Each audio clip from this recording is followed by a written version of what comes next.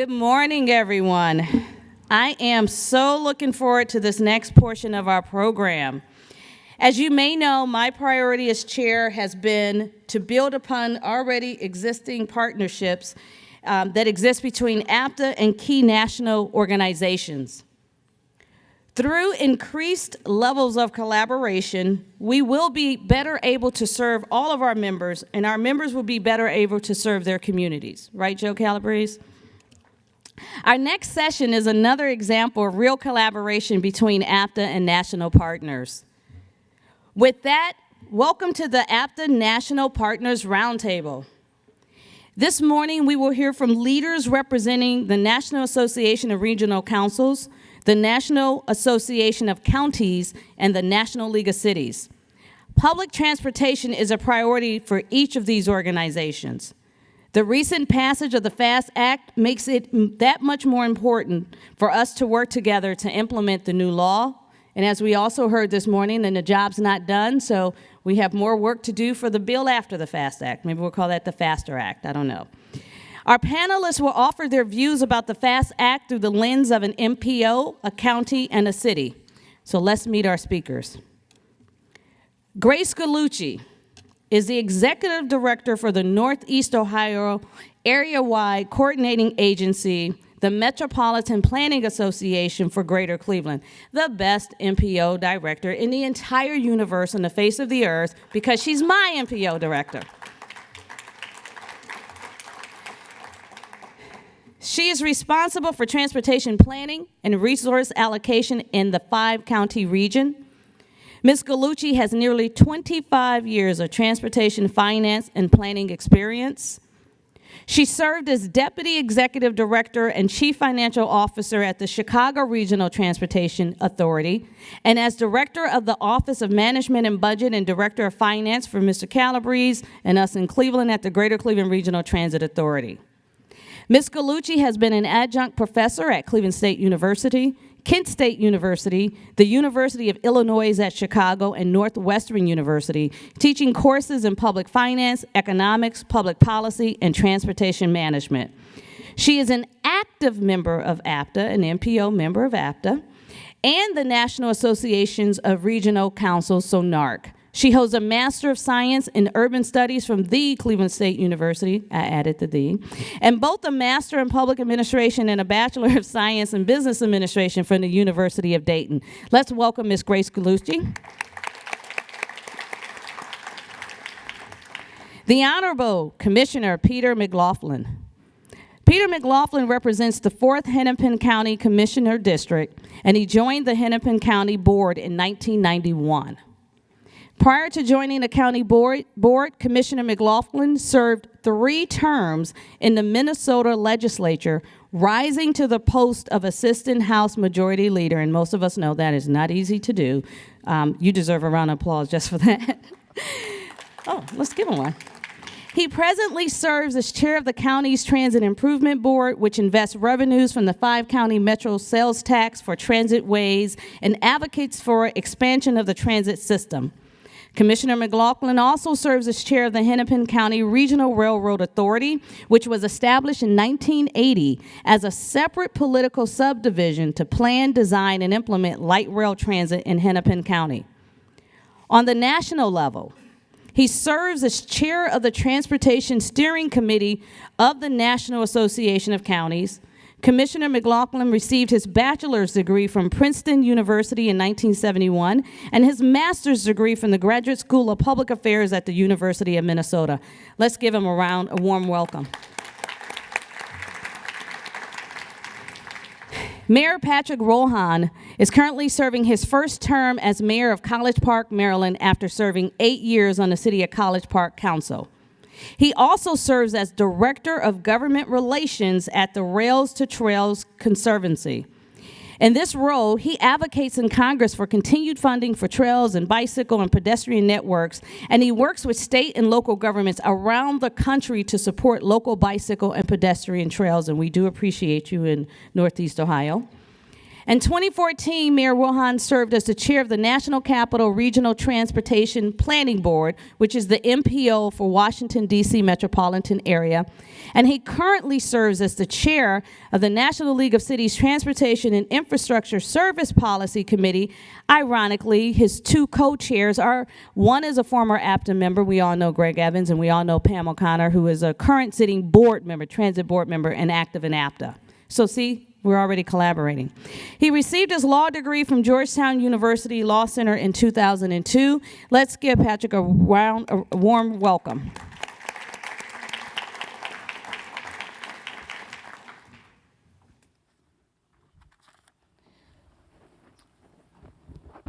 All right, good morning. Good morning. So one of the things we're going to do is we're going to open up with each of our panelists, really making some opening remarks and highlighting on a couple key points. And then we will do some Q&A, sort of roundtable back and forth with one another. And then we'll take some questions from the audience. So let's just go in this order, starting with you, Mayor. Great, thank you very much. It's great to be here this morning. I'd like to thank you all for inviting me here. I was on my way walking to the hotel this morning. I passed by the National Theater and I heard songs coming from The Wizard of Oz out of the speakers and the TV in front. So naturally I started to think of analogies of how I could incorporate that into my talks this morning. And I think in marching down the yellow brick road to get to the FAST Act, I'm not going to comment about who lacked a heart and who lacked a brain, or who was the Wicked Witch of the West trying to prevent them from getting there. But I will say that there was a distinct lack of courage in trying to get together a long-term funding source. And as a result, in a few years, we're going to be facing very much the same thing again that we faced over the last several years, where we're struggling to try to get a long-term stable revenue source and to provide the level of stability that local governments need around the country to be able to do their transportation planning. Let me just start as I'm the mayor of College Park, Maryland. As some of you may know, that's just outside of Washington, D.C. It's great for me particularly to be here at the APTA conference because we are about to have a major public transportation project come through our city that's really going to transform College Park. We've already benefited for the past couple of decades, benefited from the presence of the Green Line, but we are about to see the Maryland Transit Administration is going to be hopefully starting later on this year, working with a team of private concessionaires to build the Purple Line, which is going to extend from Bethesda to New Carrollton and go right through College Park with 5 stops in College Park, and finally correct the mistake that was made decades ago in not putting the Green Line on the University of Maryland campus. It's going to go right through campus and connect students from the Green Line to campus.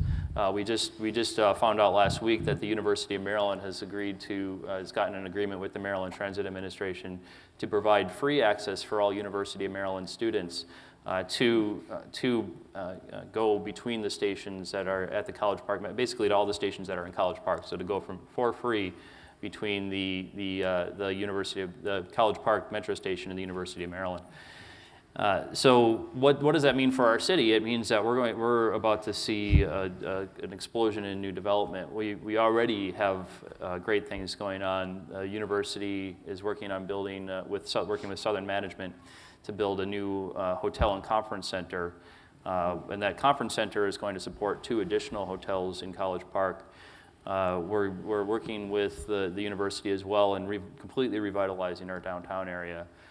We are immensely excited about the transit-oriented development opportunities that the Purple Line is going to provide us, which are building on work that we've already been doing in terms of expanding innovation into our community, providing space for University of Maryland students and recent alumni to build new businesses, develop new businesses, and to incubate those businesses within the city, and to connect with the federal government facilities that have come up around College Park, including potentially in the future the FBI, fingers crossed. In terms of what the FAST Act does for cities, it was really remarkable that they managed to get 5 years of funding in place, and it does provide stability, at least for the time being. So I don't want to disparage it too much. But it basically does just hold a level ground for right now and maintain a lot of the things that we have in place. That said, there are some good things in there that we're excited about. There's some additional provisions that I'll talk about more later to provide additional resources for cities working on transit-oriented development, additional methods for financing. It maintains some of the critical programs like the Transportation Alternatives Program that offer cities and local governments resources to be able to build out their bicycle and pedestrian networks and focus on other key transportation priorities that we need to make our transportation system function. It also provides a small amount of greater local control over the Surface Transportation Program, which is one of the most flexible programs that the federal government funds. So it really helps increase the ability of local governments to work with their state departments of transportation, their metropolitan planning organizations, to accomplish the things that we need to get done on the local level. So I look forward to the questions and answers, and I'll turn it to the next speaker. Awesome. Grace? Good morning. Thank you very much for having me. I'm very honored to be here, and I do want to acknowledge Dr. McCall, as she was not only a member of our MPO, she was our president of the MPO at a time that was very critical as we developed our regional strategic plan, which is very centered to the kind of work we're now doing and very relevant to the conversation that we're having. And I will say, isn't she the best APTA chair ever?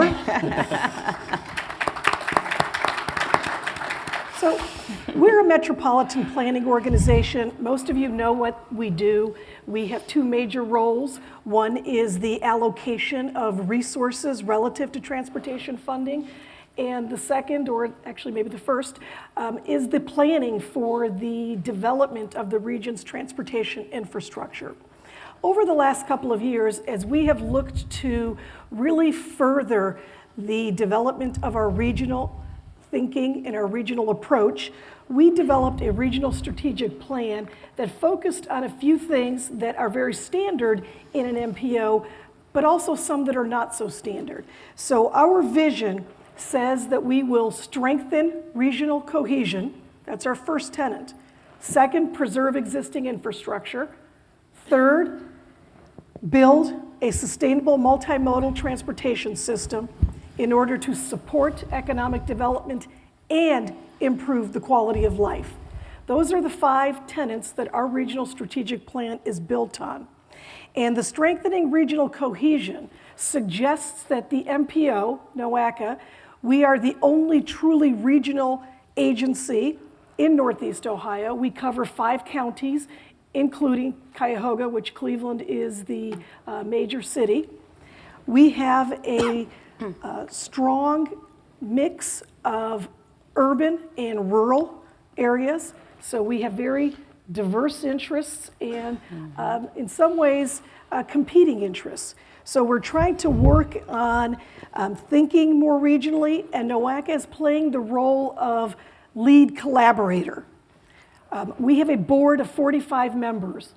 Those 45 members essentially are folks, actually the other folks who are on the stage. They're mayors, they're county commissioners, and city officials who are working together to ensure that our region thrives and our region is what it needs to be relative to that transportation infrastructure. Some of the things that we're working on together include enhancements to the public transportation system. We already have a terrific public transportation system, and of course, Joe Calabrese is the best public transit director in the nation. We've got bus, we've got light rail, heavy rail, BRT, paratransit. We cover the gamut. We're currently in the process of working on how to even integrate more into the transportation realm. So NOACA, partnering with the City of Cleveland and RTA, is developing an intermodal facility, for example, that will join Amtrak, Greyhound, RTA, and some additional forms of transportation both public and private, to ensure that we're able to say transportation in downtown Cleveland serves not only the local folks relative to the Regional Transportation Authority that is called the RTA serving Cuyahoga County, but these are systems that serve the interregional, the intercity, and outside of the region. And much of that is actually covered in the FAST Act, which I think supports the MPO's role in looking at transportation comprehensively. Anyone that doubts the role of public transit in a community needs to look no further than how Greater Cleveland, the elected officials, the public officials, the private sector folks worked together to secure the Republican National Convention. Mm-hmm. And much of that was due to the fact that we had an outstanding transportation infrastructure. We had a network that could get people where they needed to go quickly without a whole lot of traffic congestion, and much of that was due to the outstanding public transit system that we have. The folks that evaluated the cities, the finalists, looked at us and said, we have the best walkability score, we have the best public transit score, we have one of the best congestion scores. We ranked very well in those, in securing that. Getting into how the FAST Act will improve our work, in some ways it falls a little bit short, but I don't want to focus on the negatives. Let's focus on the positives. It is a 5-year steady source of revenue. It is additional $1 billion for public transit. So there's a recognition of the growing importance of public transit in the nation's transportation infrastructure realm. It does expand the role of metropolitan planning, as I said, relative to intercity bus and other kinds of transportation. Where I think it somewhat falls short is that, of course, beyond the fact that it doesn't have a permanent funding solution, it didn't go far enough in restoring some direct suballocation to the MPOs. And when we say the MPOs, it's not my money, it's your money. So it's the local folks who then get to decide how to spend the funding. The suballocation to the MPOs was cut as part of MAP 21, and some of it was restored, thanks very much to the hard work of NARC, and I see Eric in the audience there. We are really trying to push the envelope there to say public transit is a form of the transportation network. We need to make those decisions locally. In our state, for example, public transit is not supported at the state level. So it is a local decision and local funding. We need more of that ability to spend the federal dollars how we need to locally. So that's where I think it fell short a little bit, but we are very positive about many of the other aspects that either remained consistent or that have added some new innovation. Awesome, thank you. Commissioner. Well, as a politician, I'll just start out with a little reprise of last night. I come from Minnesota, and we elected Jesse Ventura governor. I think and it's actually very relevant here because there's this left-right confluence that happened that helped elect him. Now, it was a three-way race. I admit that he had less than 40% of the vote.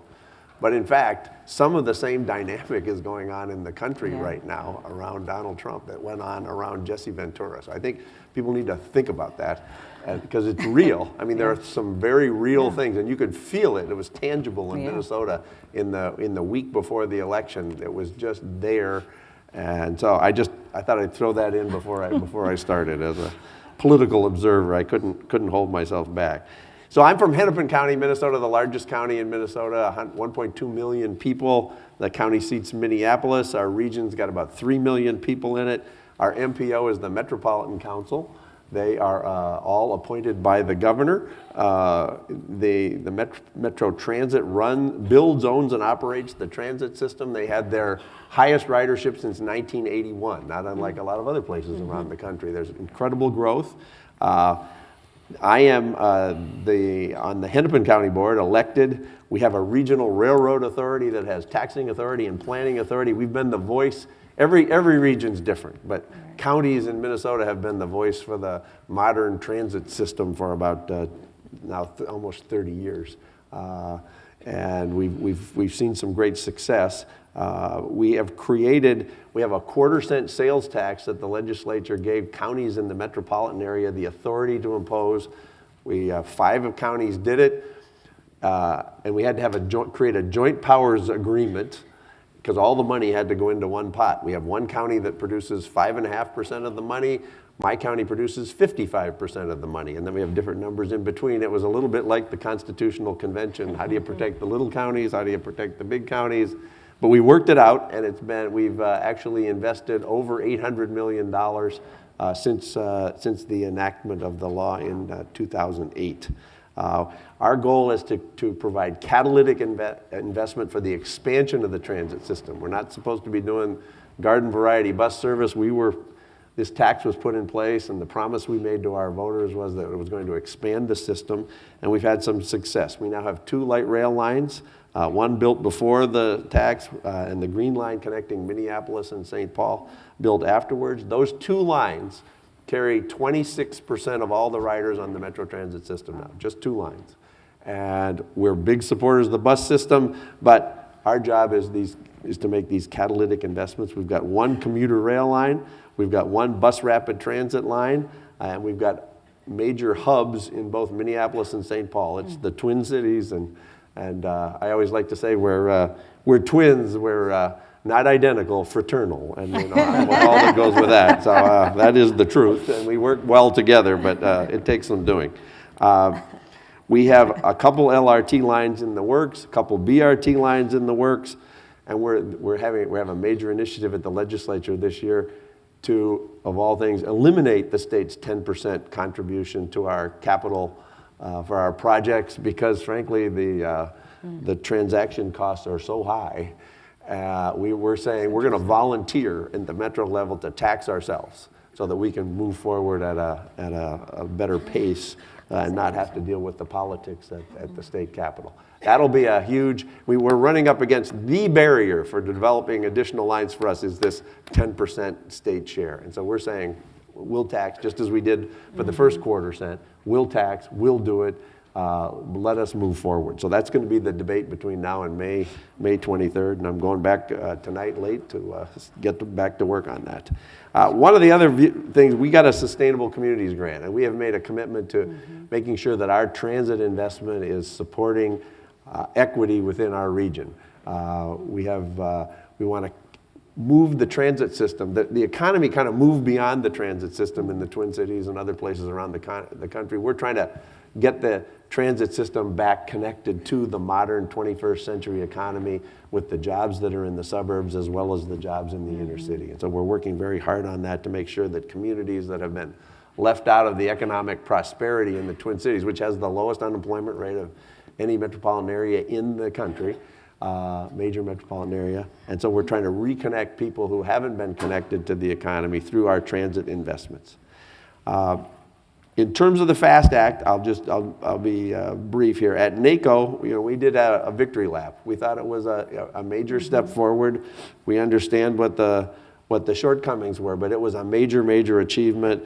We are very excited about it. And frankly, back in Minnesota, the speech I give now is we used to wring our hands about whether the federal government was going to be a reliable partner in our projects. Now I say, is Minnesota going to be ready to take advantage of the 5 years of funding under the FAST Act that the Congress actually put in front of us? So that's really the flip that's taken place, and we take a lot of, we're very happy about that. Now, I remember the day Michael Malenefi and I were at a meeting on the Railvolution board, and the word came that the Senate, this is by way of partnership here, the Senate was going to had their bill ready to go. It was going to have 5 years of funding for roads and 3 years of funding for transit. And we looked at one another in this meeting, and we headed out into the lobby, and we were on the phone the rest of the morning with our congressional people, our lobbyists, and everybody else, because we knew that was a prescription for disaster. For transit to go naked after 3 years of a 5-year bill, that's a prescription for disaster. And so he was working the phones, I was working the phones, and it was I think a great example, right, sort of very tangibly in that lobby of that office building. So thank you, Michael, for that. It was a great partnership, and NACO was proud to work with APTA, and we want to continue to do that. Absolutely. And that, I think, is the message, and we heard that in our first speaker this morning. But as Morning Transportation puts it, there are only 1,662 days left before the authorization runs out, right? Okay, that's it. Right. That's what we're dealing with, and we need to be communicating now. That's my message on the FAST Act. We need to be communicating now. We got ourselves up and going, organized, we're coordinating, doing a lot of messaging around this. We need to continue that. That's really what the job is. We need to show people what we can do with the money, show the Congress what we can do with the money that they're providing, but also what can be done if we can get a long-term sustainable funding source. I always tell people, don't look at the pay-fors. It's really kind of ugly, but that's really what it's about. But we need to continue our advocacy now, and continue it to make sure that they understand the importance of these infrastructure investments. And I believe there's nothing more powerful than these transit investments in terms of transforming our communities. And I think that's really the message we need to deliver. So, thank you. Well, awesome. Let's jump into some of the questions and I want to stay with you, Commissioner, because you said something that I think is really quite interesting as we talk about how local agencies receive funding. And we always talk about the states that, Ohio's one of them, that do not support their funding. And I heard both you and Grace touch on this a little bit. But the fact that your legislature is right now looking at a measure to remove the 10% from the state, can you just elaborate on that just a little bit more? I don't know about anyone else, but I would find that quite interesting because we do have some communities where we say, hey, state, at GCRTA, we're talking about raising fares right now and capital needs and we need more money. I'm really curious. There are some who'd like to just remove it, but we're saying the state doesn't have to do it anymore, but give us the authority to impose the tax because we're creatures of the state government. Right. So again, we think it's just too much ground glass to crawl over to get the state's 10% share. I mean, I can show you the scars on my knees. I will show you. No, you don't want to see that. But I think that's the calculation that we've made. The uncertainty that's associated with the state's 10% share, because it's always the last. And it's uncertainty not only for the federal government, it's uncertainty for cities that are doing development plans. It's uncertainty for the private sector that's sitting there ready to invest along these lines, but they have to have certainty. And in the absence of that certainty, they're going to sit on their money.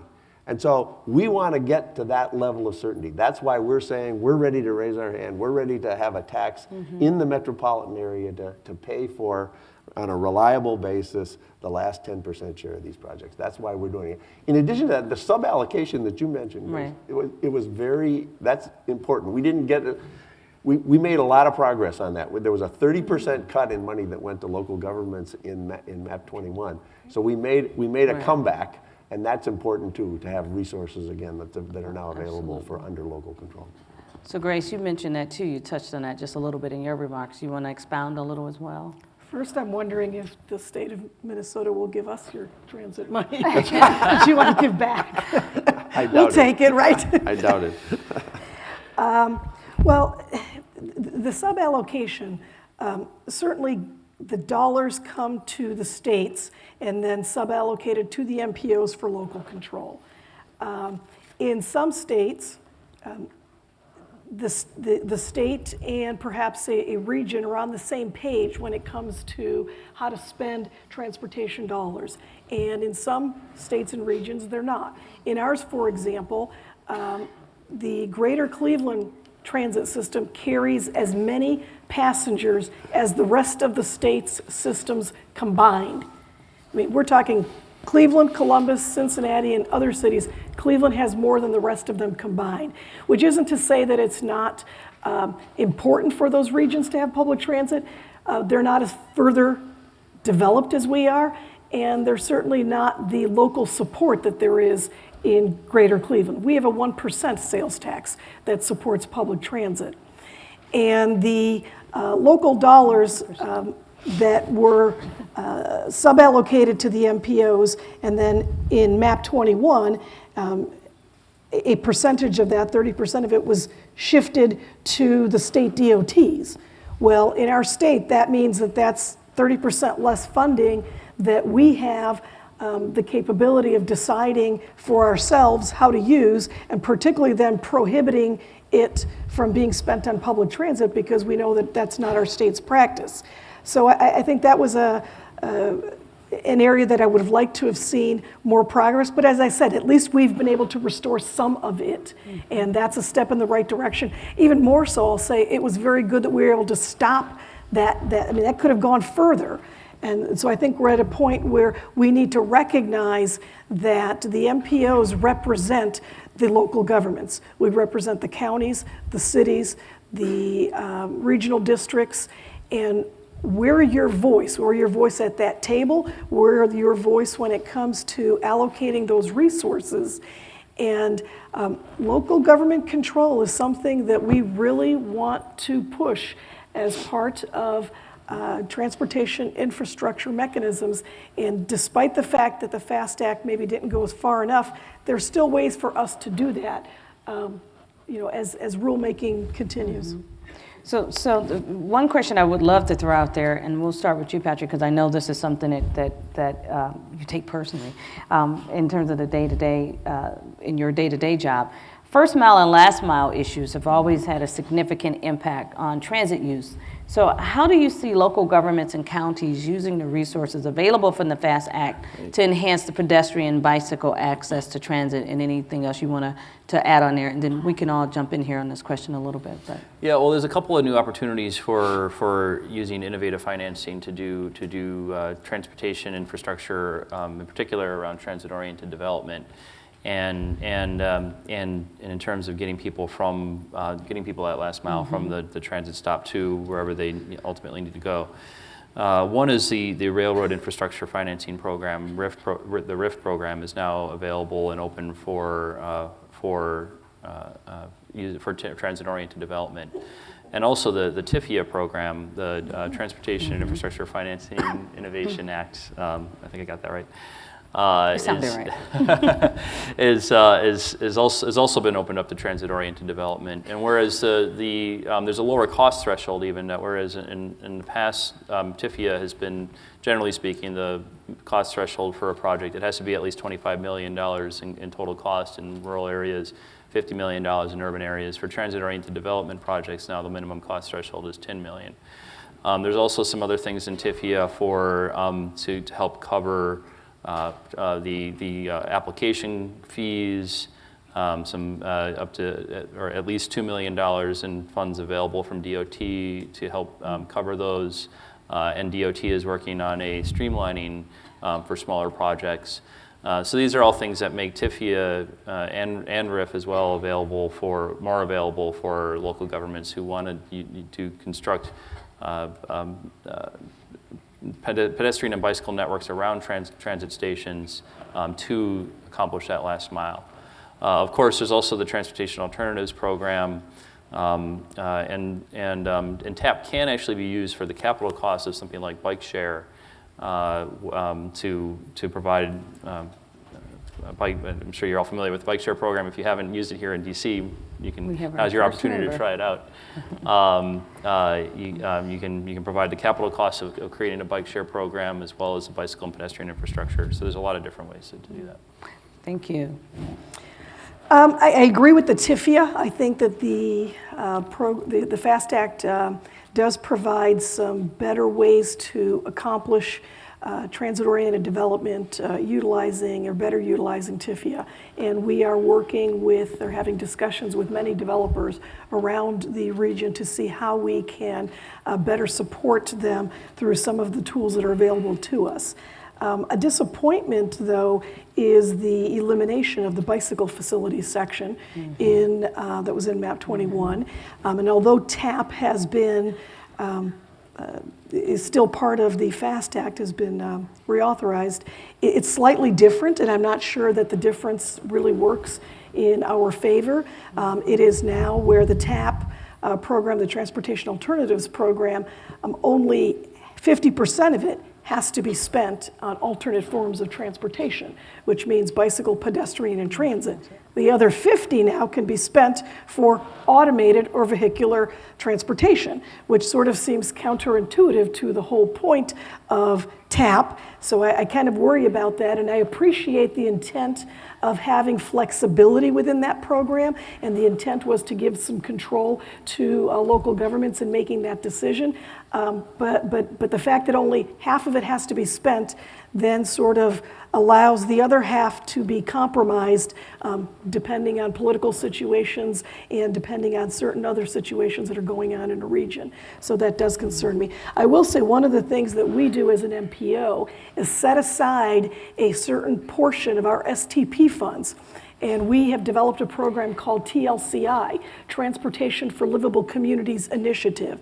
And it's essentially our own version of TAP, where they are both planning grants and implementation grants that are for programs that offer better connectivity solutions to a community. And essentially they are multimodal, so they include all of the modes, but getting the modes to work better together.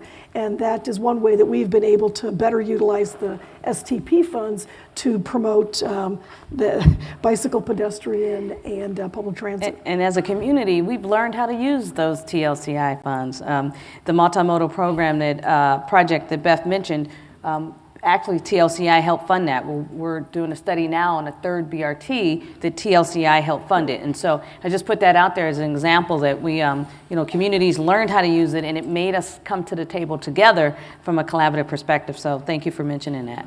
Commissioner? Well, I'd say that early planning, this is about an implementation issue, I think. I agree with these comments.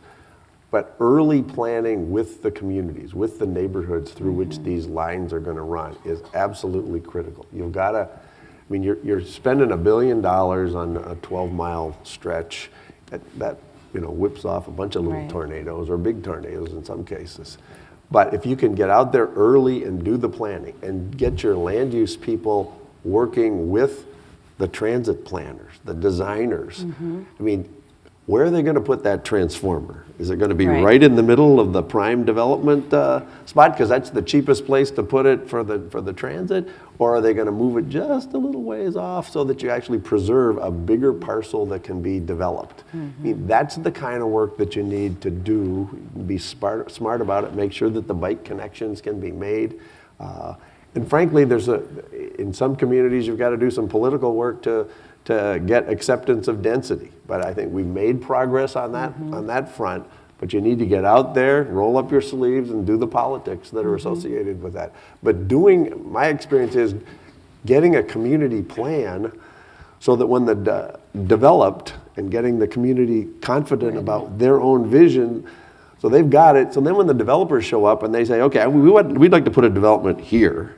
Well, the neighbors say, well, we've been thinking about putting it kind of this way so that you could do this. That's a better conversation, and you're more likely to get to a success rather than having the developers in the neighborhood at loggerheads. So early work at integrating this land use with the design of the line and in getting neighborhood buy-in, I think, is absolutely critical to success.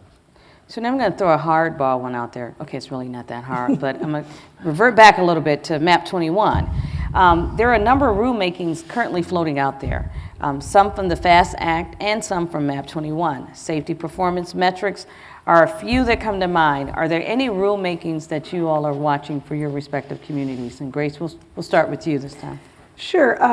Performance measurement and asset management are the two areas that really are of interest to us at the MPO level, and particularly in our region. Asset management has been talked about for quite some time, and there's been a tremendous amount of progress made both at the local, regional, and national levels. But with asset management, we have been working with USDOT to integrate the ideas of asset management for both the road network as well as the transit. So in some ways, roads are ahead of transit, and in some ways, transit is ahead of roads.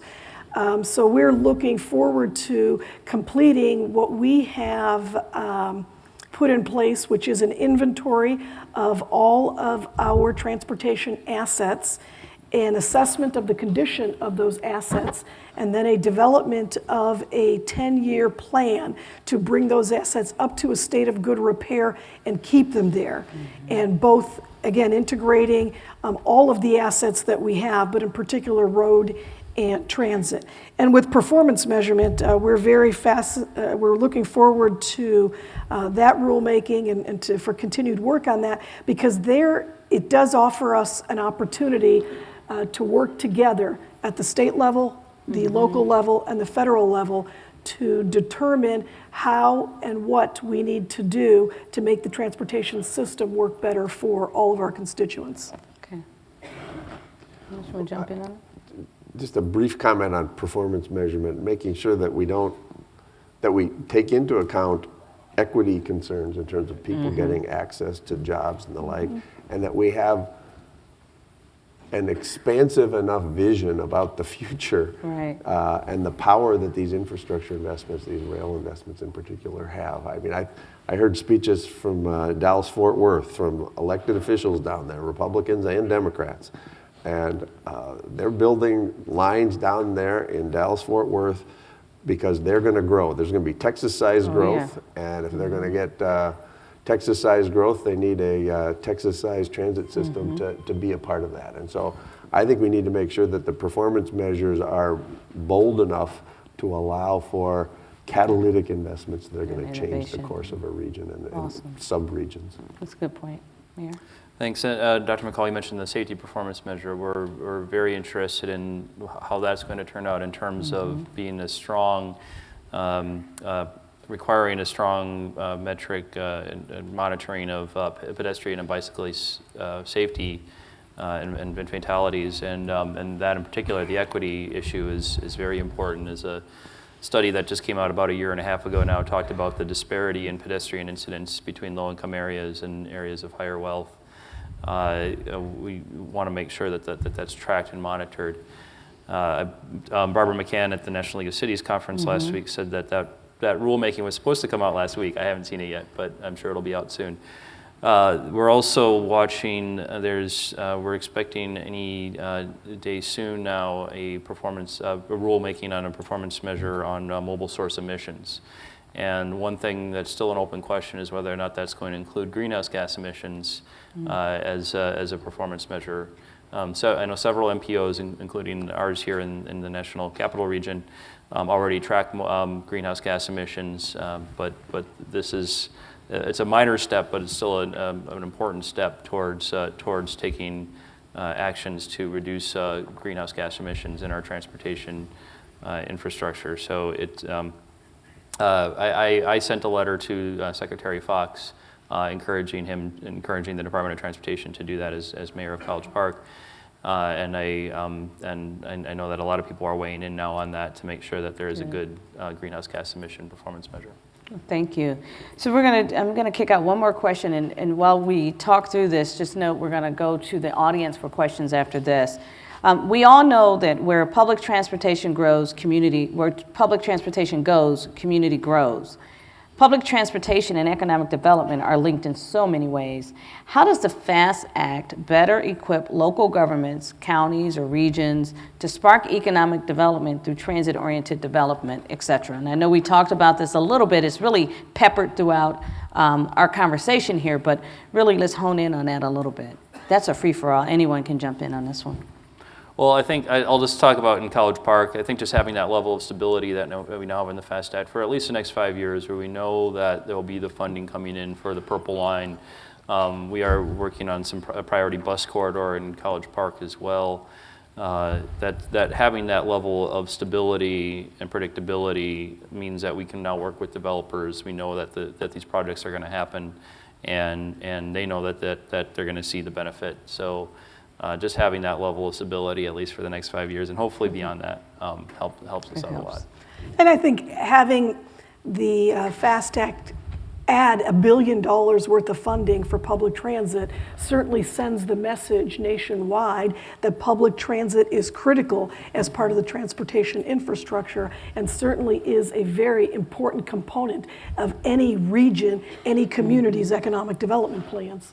I couldn't say it any better than that. And I would just add, I think that too, putting on a local city municipal level, I've said this publicly at other APTA settings, that even at the city, so City of Cleveland, before we go out to do a major project, one of the things we try to make sure we do is have both GCRTA at the table and our MPO. Even before we get to, okay, it's a thought. We think we want to do a multimodal facility.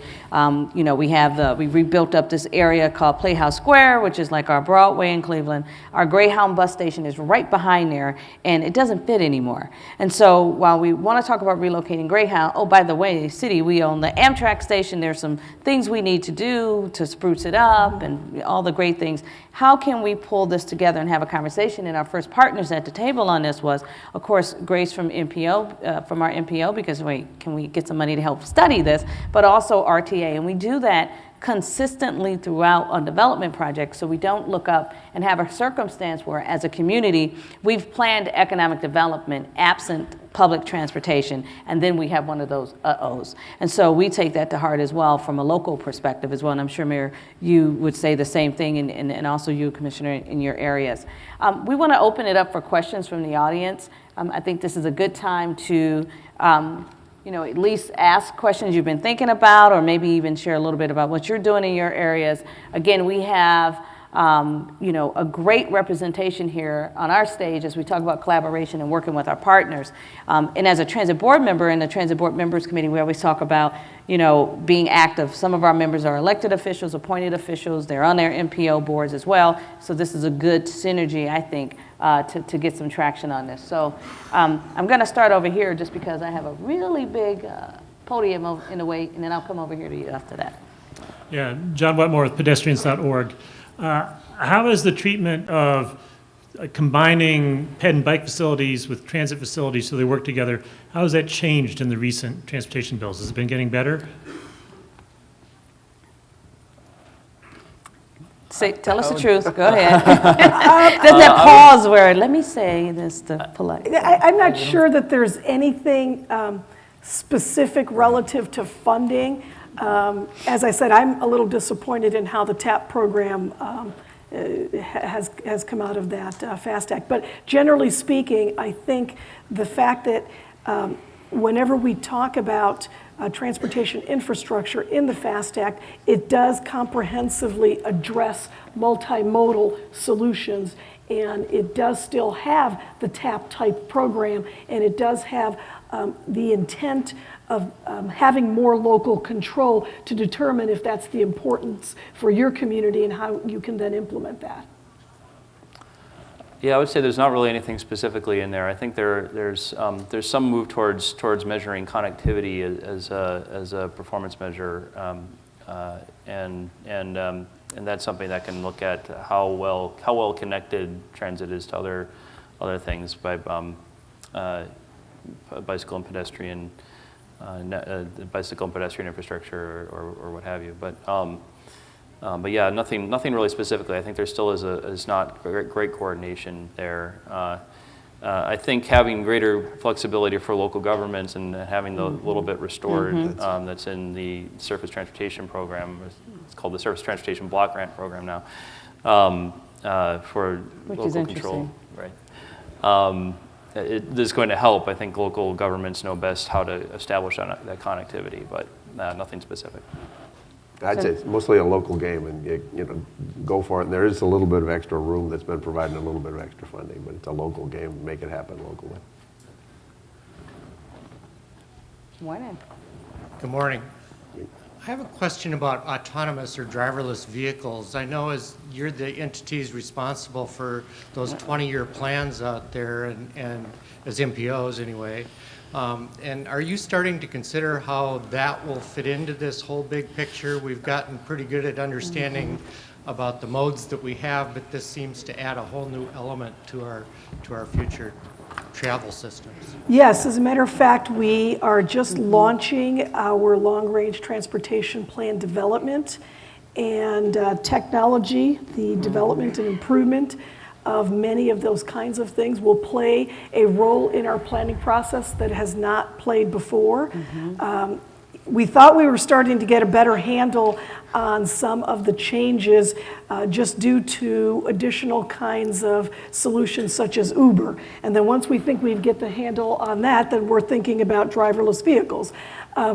Yeah, we have to consider them. Obviously, it's too early to put into our long-range plan any concrete, no pun intended, but concrete solutions to transportation infrastructure, but certainly it will play a role in how we're going to be developing the plan and how we will be assigning our organization and our region some additional work to do after the plan is submitted.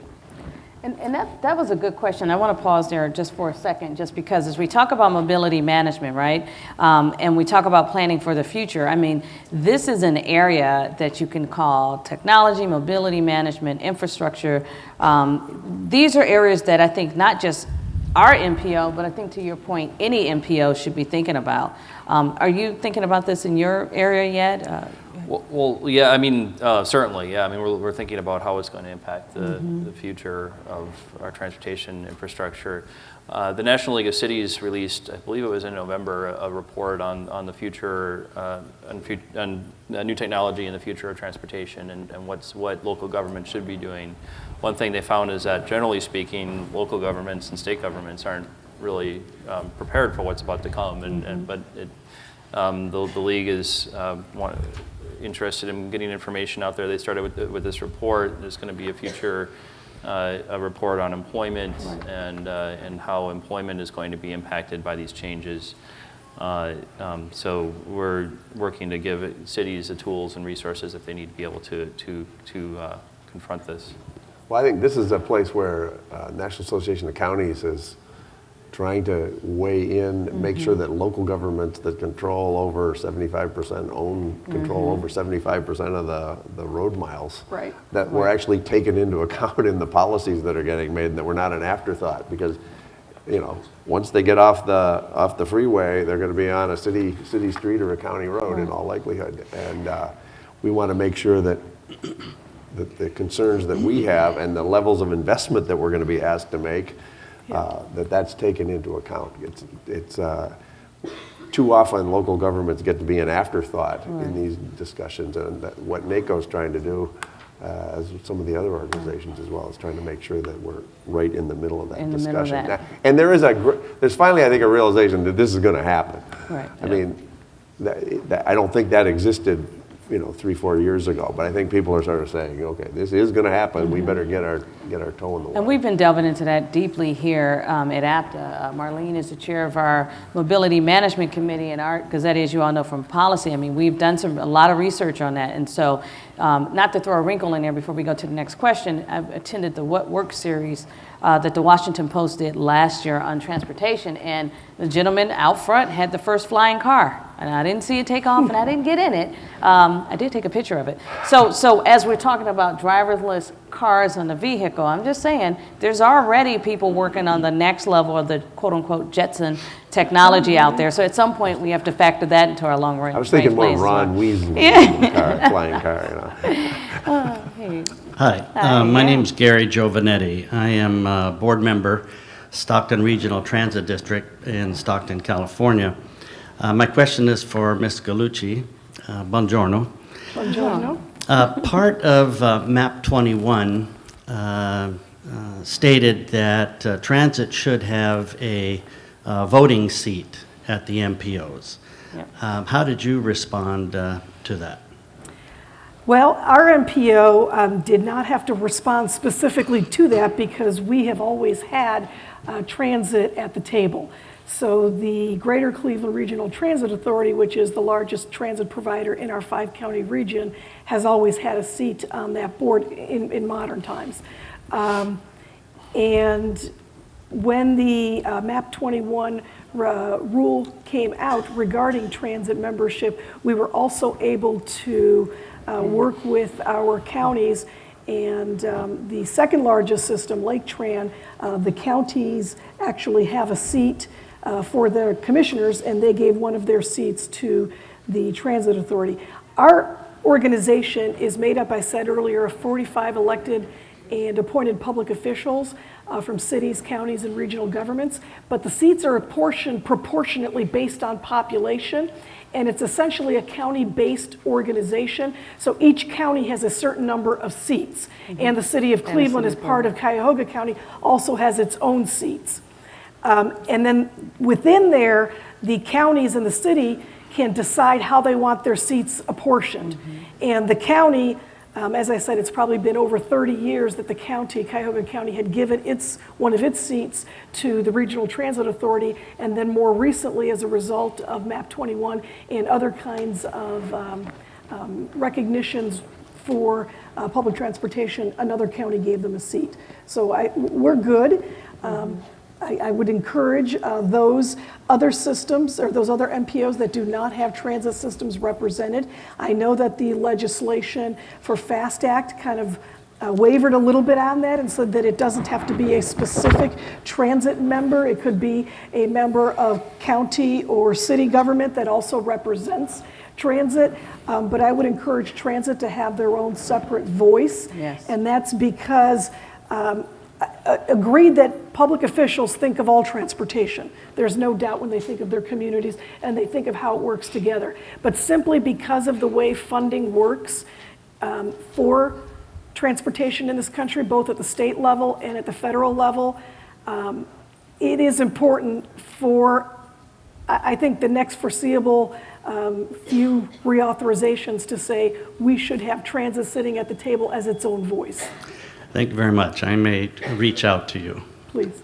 Absolutely. Hi, I'm Ann Louise Rice. I work for Metrolink Commuter Rail in Southern California, and this is a question for the commissioner. I grew up in the other city that you referred to as the fraternal twin, and sometimes we call that the good twin, and draw your own conclusions. We know I knew that something people else over was there coming do up. that. Yes, we do. I also grew up taking the bus all over the cities, and it was a great experience. My question to you is, has the commission thought about a ballot measure that would say, instead of giving up that state money, say something about contingent, local taxation contingent upon a contribution from the state that has worked elsewhere? Maybe help you stop crawling through glass and in fact swim through cool water. What's the discussion been about that? Well, there are those at the state who don't want the system to be built. And there are some at the state who are saying, there's no money to give to Cleveland because we're not going to give you any money. So We've heard that. So that's the deal. And we don't do much by way of referendum. We're not a referendum state. We've had a few constitutional amendments that those have to be voted, and they've had to do with transportation funding. So making it contingent on a state contribution would make it, I think, even more difficult to get it approved, not less. And so that's again the movement that we're making away from that to say we're ready to step up and do this, and that it's a local decision. That's a lot of what happens in most of the regions around the country. It's the metropolitan areas that do it, and we're saying we want to join the bulk of the rest of the country in doing that. Thank you. Thank you. So I think we've had a great start to our conference here, and this panel is one of the reasons for that. I mean, as you can see, as we talk about collaboration, we're naturally aligned anyway. And so I want to just thank each of you for coming here today, spending time with us. And I know that I can say that you'll hear from us even more, and we're looking forward to so many other ways to continue this dialogue, whether it's with League of Cities or NARC or NACO. Why we need this partnership, I think, is evident.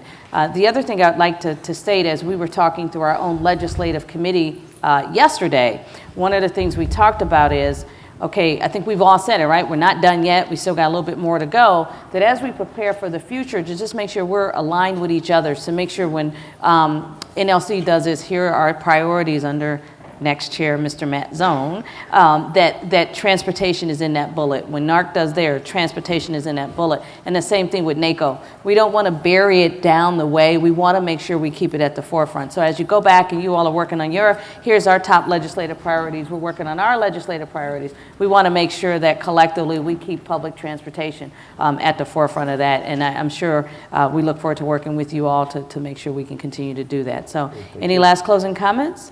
I just want to know we've increased the level of partnership in the last couple of years between Yes, APTA and the National League of Cities. APTA, Dr. McCall was at our conferences with Art Gazzetti and last week here in DC, and I'm very excited to see that. I think it's incredibly important that we work together on our mutual interests.